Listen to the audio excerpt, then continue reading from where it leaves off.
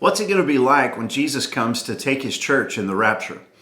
We don't know when this is going to happen. It could happen at any time, but we know what it's going to be like. And so Matthew chapter 24, verse 36, Jesus tells us, "But of that day and hour knoweth no man. No, not the angels of heaven, but my Father only." So the timing is set by the Father. Nobody knows. He isn't going to tell us, so we need to quit worrying about that. He says, "But as the days of Noah were, so shall also the coming of the Son of Man be. For as in the days that were before the flood, they were eating and drinking, marrying and giving in marriage, until the day that Noah entered into the ark, and knew not until the flood came and took them all away. So shall also the coming of the Son of Man be." Jesus is going to come. It's going to be a surprise.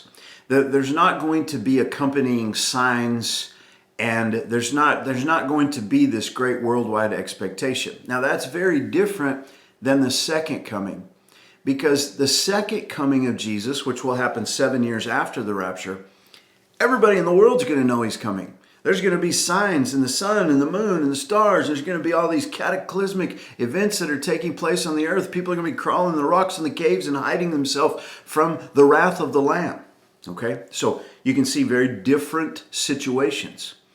It's going to be like the days of Noah. It's going to be life as usual, and it's going to be very wicked, like the days of Noah, but it's going to be life as usual. They're eating, they're drinking, they're marrying and giving in marriage. They're going on with life, okay? And then he says, "Then shall two be in the field. The one shall be taken and the other left.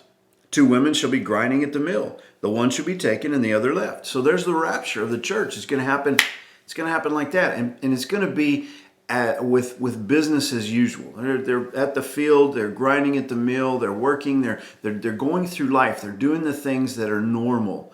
It's not like the world has just been devastated by all of these cataclysmic events. Okay. So he tells us, verse 42, "Watch therefore, for you know not what hour your Lord doth come. But know this, that if the goodman of the house had known in what watch the thief would come, he wouldn't have watched, and would not have sufficed his house to be broken up. Therefore be ye also ready, for in such an hour as ye think not, the Son of Man cometh. Who then is that faithful and wise servant whom his Lord hath made ruler over his household, to give them meat in due season? Blessed is that servant whom his Lord, when he cometh, shall find so doing." So, and he goes on there, but the point that we need to recognize here is nobody's going to be expecting when Jesus comes. And yet, he is calling upon those who love him to be expecting him to come. You say, "Well, gosh, Roddy, that was written 2,000 years ago." It was. And for the last 2,000 years, Jesus has expected his believers, his followers, to be expecting his return. That's how we're supposed to live. We're supposed to live looking for the Lord, expecting his return, because we don't know how long this church age is going to last. God hasn't told us. He hasn't given us any timing indicators.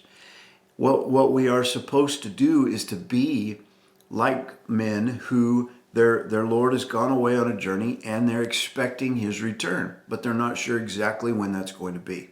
And so it's going to be life as usual. And then all of a sudden, in a moment, in a twinkling of an eye, the Lord's going to descend from heaven with a shout, with the voice of the archangel and the trump of God. And he is going to catch his followers up to meet with him in the air. This is what we look forward to. The Bible calls this the blessed hope. And so I just want to encourage you today, don't get so caught up in this world and the things of this world that you're not looking for and expecting the Lord Jesus to return, because he could return at any time. God bless you. Have a great day.